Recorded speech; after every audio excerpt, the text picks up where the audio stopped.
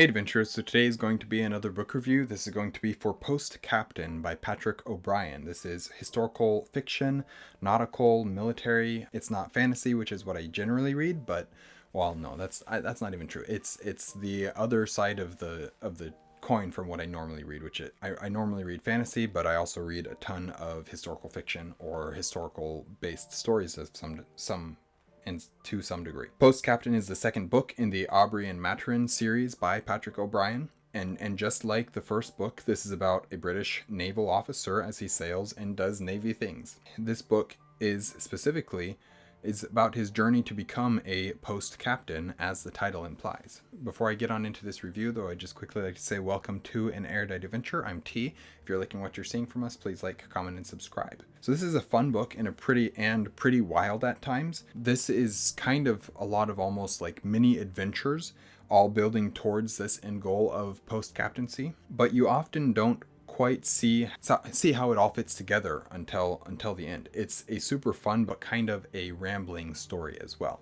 I don't have a ton to say about this book, so it's probably going to be a fairly short review. So we'll see what happens as I go through here. But yeah, let's continue. As I mentioned in the opening, this is about Aubrey's journey to becoming post captain, a title he has long since earned, but has not been awarded.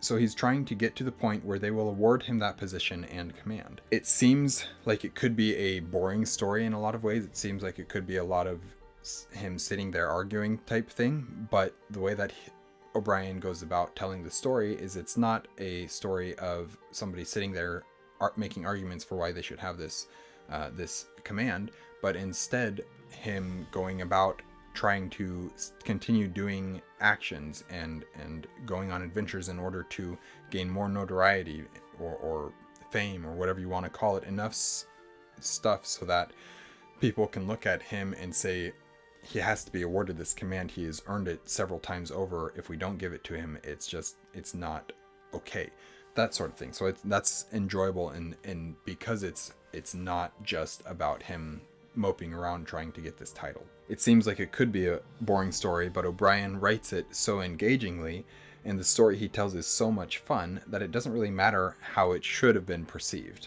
This one really shows our character's flaws. I think the first one did as well, but this one especially goes into it, and especially the flaws of Aubrey. There's a reason his post-captain position is so important to him. His pride is absolutely one of them.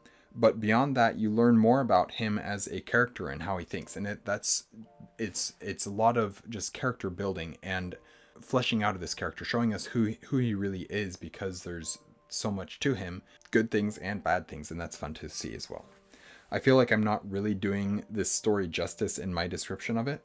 I had so much fun with it though, and I'm very excited to continue with the series. It's been a very enjoyable series. This is only book 2 of the series. I'm having so much fun listening to them. I love the nautical navy adventure type stories.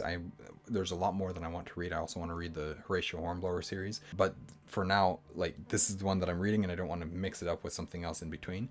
I've had so much fun with it, and it's very good. It's a little bit dry in some aspects. It's not one of those series that is going to be everybody's going to absolutely adore it, but I really have enjoyed it.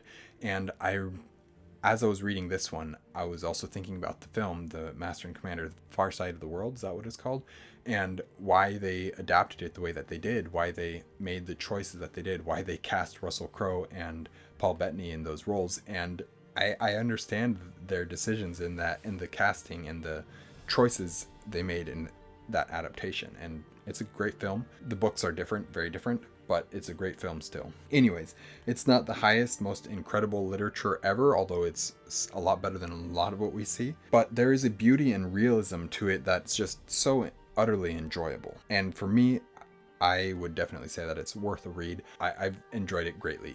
All the books in the series, well, all 2 of the books in the series that I've read, but there's more of them, and I'm looking forward to reading them because I'm just having fun with what it is, and I don't need it to be more than it is. I'm just having fun with what it is. So anyways, that is my review of Post Captain by Patrick O'Brien, book 2 of the Aubrey and Maturin series. Thank you guys for watching an Erudite Adventure. We post videos every Monday and Thursday and have our social medias linked in the description down below. We'll see you guys again soon. Stay warm.